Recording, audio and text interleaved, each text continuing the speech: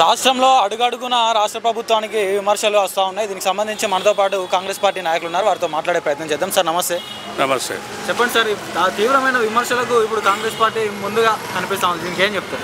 రాష్ట్రంలో డైనామిక్ ముఖ్యమంత్రి రేవంత్ రెడ్డి పరిపాలన చాలా బ్రహ్మాండంగా కనివిని ఎరుగని రీతిలో 29 రాష్ట్రాలలో ఏ ముఖ్యమంత్రి ఇయ్యని విధంగా సన్న బియ్యం ఇచ్చి బడుగు బలహీన వర్గాల ఆకలి కేకలు తీర్చిన ముఖ్యమంత్రి, 2 పూటలు అన్నం మంచిగా తిని రోగాలు రాకుండా సంతోషంగా ఉన్న ముఖ్యమంత్రి అని రేవంత్ రెడ్డికి ఒక పేరు వచ్చినాక ప్రతిపక్ష పార్టీ లీడర్లు బీజేపీలో వాళ్ళకి ఎక్కడ పుట్టగతులు ఉండవి.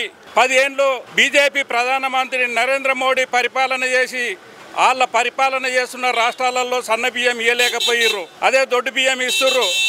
ఈరోజు 29 రాష్ట్రాలలో తెలంగాణ రాష్ట్రాన్ని ఒక నెంబర్ 1గా చేసుకుంటూ అప్పులతో చేతికిచ్చిన రాష్ట్రాన్ని భూములు అమ్మకుండా ఆర్థికంగా ఇబ్బందులు ఉన్నప్పుడు కూడా మంచి పరిపాలన చేస్తుండు. 6 పథకాలను అమలు చేసి ప్రజలలో మెప్పు పొందుతున్న ముఖ్యమంత్రిని చూసి ఈ ప్రతిపక్ష పార్టీ లీడర్లు పొద్దున్నే లేచి బీజేపీ వాళ్ళేమో కేంద్రం నుంచి ఇచ్చే పైసలు ఇవ్వకుండా సచిన పినకాడ ఏడ్చినట్టు వాళ్ళు రోజొకరు అబద్ధం మాట్లాడుకుంటా మా రాష్ట్రానికి వచ్చే పైసలు మాకు ఇవ్వకుండా, మా పర్మిషన్లు మాకు ఇవ్వకుండా, మెట్రో రైలుకు పర్మిషన్లు ఇవ్వకుండా ఈ రాష్ట్రాన్ని ఎక్కడ ముందుకు తీసుకుపోతాడో, ఈ డైనామిక్ ముఖ్యమంత్రికి ఎక్కడ పేరు వస్తుందో, కాంగ్రెస్ పార్టీకి ఎక్కడ పేరు వస్తుందో అంటని చెప్పి పొద్దున్నే వీళ్ళు విమర్శలు చేస్తున్నారు. సన్న బియ్యం అయితే ఇస్తున్నాడు కానీ సన్న బియ్యం పండించే రైతులను మాత్రం అరిగోసలు పెడుతున్నాడు అని చెప్పేసి బయట అంటా ఉన్నారు. మరి దీనికి ఏం చెప్తారు? ఇప్పుడు రైతులను అరిగోస పెడుతున్నా అంటే యూరియా ఇచ్చేది బీజేపీ కేంద్ర ప్రభుత్వం చేతిలో ఉంటుంది. ఎక్కడ కూడా రాష్ట్రానికి రాష్ట్ర ముఖ్యమంత్రులకు యూరియాతోటి సంబంధం లేదు.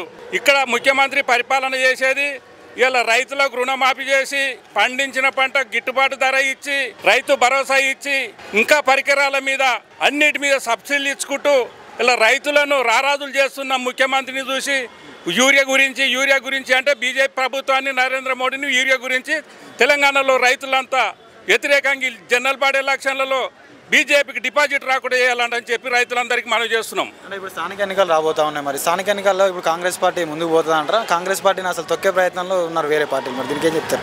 ప్రతిపక్ష పార్టీ వాళ్ళు సోషల్ మీడియాలనే ఉదరగొడుతున్నారు కానీ తెలంగాణ రాష్ట్రంలో ప్రజలంతా 6 పథకాలు అమలు చేసుకుంటూ ఇందిరమ్మ ఇండ్లు ఇచ్చుకుంటూ కోపిని కార్డులు ఇచ్చుకుంటూ సన్న బియ్యం ఇచ్చుకుంటూ అన్ని 6 పథకాలు ఇచ్చినాక ఆనందంగా ప్రజల గవర్నమెంట్ మీద వ్యతిరేకత లేదు. ఈ ప్రతిపక్ష పనులు అనుకున్నంత వాళ్ళు గెలవరు.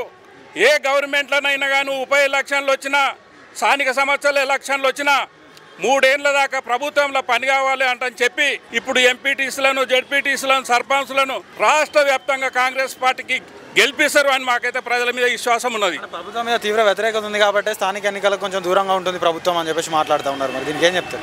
ఎన్నికలకి ఎక్కడ దూరం లేమో బీసీలకు 42% రిజర్వేషన్లు ఇవ్వాలంటని చెప్పి దాన్ని లీగల్గా రేపు పొద్దుగాల ఏ ప్రతిపక్ష పార్టీ వాళ్ళు మళ్ళీ కోర్టుకు పోయి ఆ 42% ఖరాబు చేయకుండా నిపుణులతో చర్చలు చేసుకుంటూ లీగల్గా రాహుల్ గాంధీ చెప్పిన మాటకు సోనియా గాంధీ చెప్పిన మాటకు 42% బీసీలకు ఇచ్చి ఎన్నికలకు పోయి బీసీల మన్ననలు పొందాలన్నదే కాంగ్రెస్ పార్టీ ఉద్దేశం, రేవంత్ రెడ్డి ఉద్దేశం.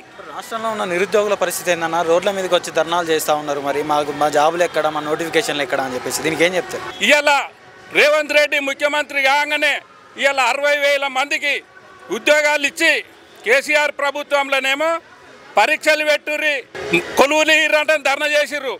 ఇప్పుడు కాంగ్రెస్ పార్టీ ప్రభుత్వంలో రేవంత్ రెడ్డి ప్రభుత్వంలో ఏంటంటే మేము నోటిఫికేషన్లు ఇస్తాము అంటే మేము చదువుకోనిక టైం లేదు సార్, టైంకి నోటిఫికేషన్లు పెట్టుర్రు కానీ ఇప్పుడు రేవంత్ రెడ్డి మీద వద్దంటని అడుగుతుర్రు. అప్పుడేమో పెట్టమని ధర్నాలు చేసిర్రు, ఇప్పుడేమో వద్దని ధర్నాలు చేస్తున్నారు. అసలు ముఖ్యమంత్రి రాష్ట్రానికి అవసరం. అంటే నియామకాలు ఇప్పుడు చూసుకున్నట్టయితే నియామకాలు లేవు, అసలు మొత్తానికి నోటిఫికేషన్లు లేవు. అంటే ఓన్లీ నియామక పత్రాలు ఇచ్చి మాత్రమే ఉద్యోగాలు ఇచ్చినామని చెప్పేసి మాట్లాడుతుంది కాంగ్రెస్ ప్రభుత్వం అని నిరుద్యోగులు వాపోతూ ఉన్నారు. మరి దీనికి ఏం చెప్తారు?